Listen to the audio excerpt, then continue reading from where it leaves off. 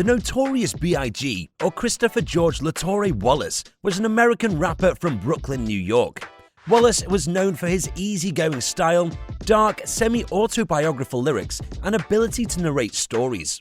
He is widely regarded as one of the most influential and renowned rappers of all time. Wallace started rapping whilst he was in high school. Wallace recorded a demo cassette after being released from prison under the moniker Biggie Smalls, a reference to a character in the 1975 film Let's Do It Again. So, for today's video, let's now disclose the truth behind the notorious B.I.G murder. But before we get into it, do me a favor and smash the like, subscribe to the channel, and hit the bell button for notifications whenever a new video is published. The unsolved mystery of the notorious B.I.G.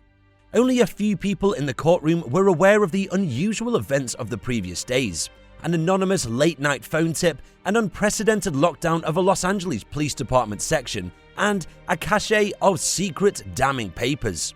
The next day, Judge Cooper released a written judgment in which she said that she had come to think that the LAPD had purposefully withheld a large quantity of evidence that pointed to the rogue officer's participation in the rapper's death.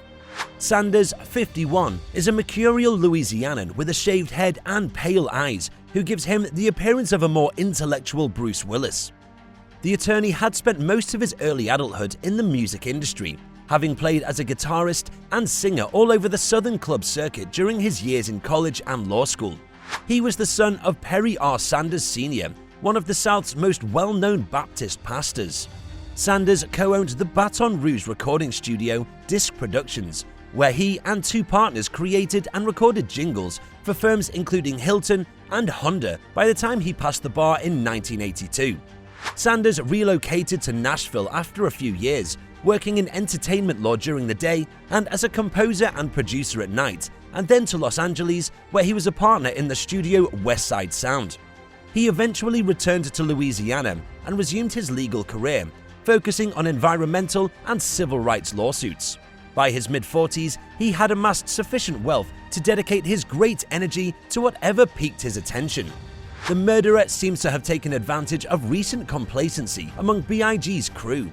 Marion Suge Knight, the infamous CEO of Death Row Records, had been sentenced to prison a month before, and there was a general sense that tensions between the major East Coast and West Coast rap labels were easing, and that the gun violence that had erupted 6 months earlier with Tupac Shakur's murder in Las Vegas was coming to an end.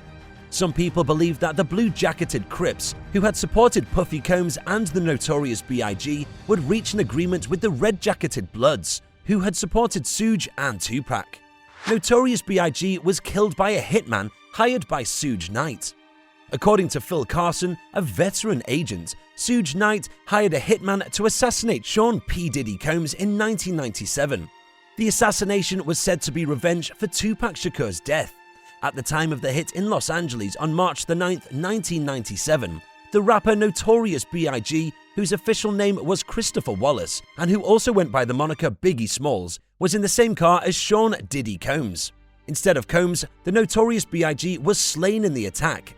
At the time, he was just 24 years old. In the event on his murder, no charges were brought.